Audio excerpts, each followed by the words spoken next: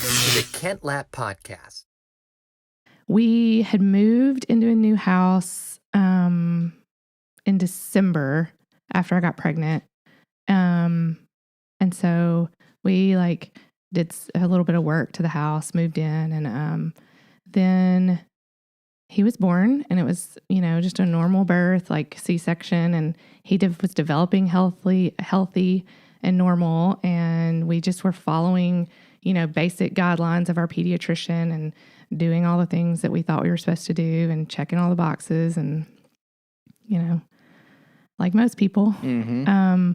He was breastfed until about 6 months. And when I switched him over to formula, he had a really hard time adjusting and was having severe stomach cramps and just some GI issues. I thought it was constipation, and we ended up figuring out that he couldn't tolerate the milk proteins in normal formula. So we had to be on Nutramigen, which was this, the most expensive one. And the milk proteins are more broken down to be able to be absorbed and tolerated. So that, looking back, should have been the first sign. But, at the time we just thought, whatever, he needs to be on Nutramigen.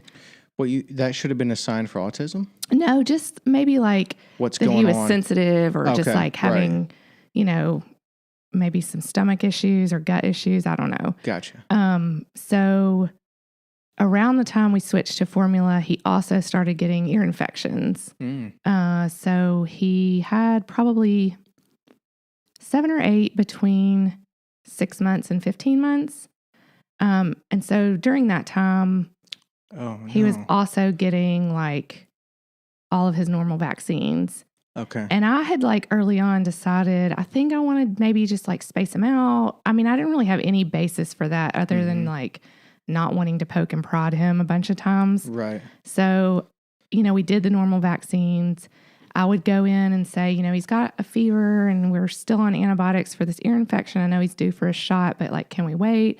And I got a lot of pushback, but I didn't think anything of it. I mean, I trusted my pediatrician, and he kept blowing me off and being like, oh, it's fine.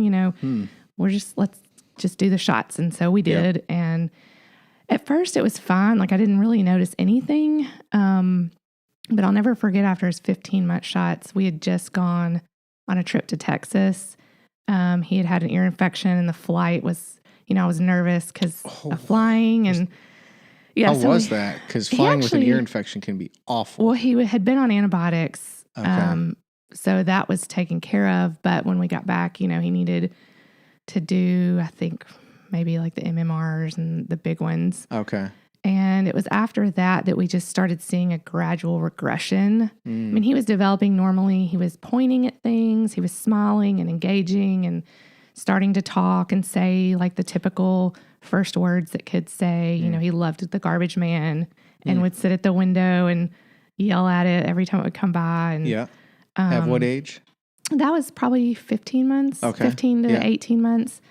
So I think Arya's about that age. Yeah. So probably about the age that Arya is right now.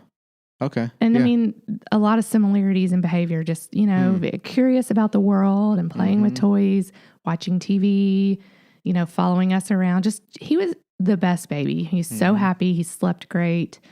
But then that kind of started to fade and shift. And we started noticing that he wouldn't engage with us. His eyes would it was like he was looking through us almost. Right. Yeah. And the play skills started to fade. He didn't play with toys appropriately. He started spinning everything he picked up. I mean, every puzzle piece, every Lego, he couldn't even, his fine motor skills stopped developing or either went away. I don't know. But he couldn't push Legos together. I remember our first session with a ABA therapist. They just simply sat and worked on putting Legos together. And I was like, really? Wow. Yeah. And what age is this that you got a therapist involved? It was about 2, I think, at that point. We got TEIS. It's Tennessee Early Intervention Services. Okay. Which we had to search the ends of the earth to find resources for that. Our pediatrician did not help at all. And every time we went to him with concerns of regression or, I'm not really sure I want to do this shot. And he was like, it's fine. It's fine. There's no research, no correlation, no proven anything about vaccines being related to autism, and he's a boy. So, boys develop later and just don't worry about it. Ironically, we switched pediatricians to a much older doctor. And when we expressed our concerns about whether or not we thought Chase had autism, he looked right at us and was like, I can't diagnose, but I would 100% agree with you because I've got a grandson who's on the spectrum, and, he displays a lot of the same similar characteristics and behaviors. And I was like, well, like, yeah, thank you. Yeah. I mean, it was a huge relief right. to be validated in our feelings